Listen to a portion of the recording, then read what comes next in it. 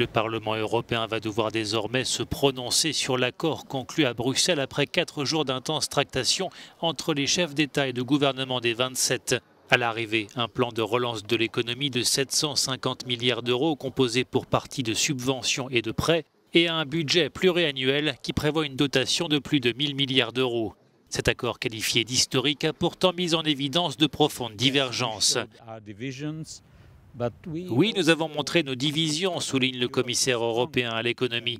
Mais nous avons aussi compris que l'Europe est plus forte que ces divisions. Globalement, ce plan est destiné aux pays les plus touchés par la crise. C'est la raison d'être de ce plan. Mais il servira aussi à renforcer nos économies.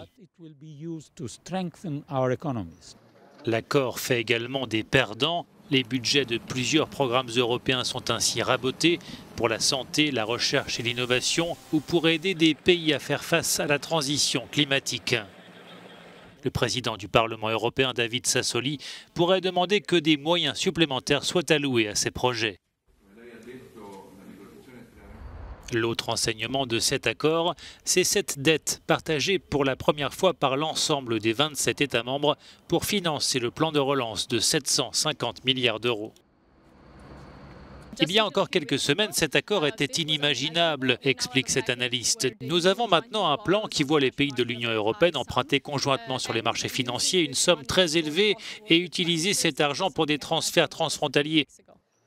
Le Parlement européen se réunit ce jeudi en session plénière extraordinaire pour une première évaluation des conclusions du Conseil européen.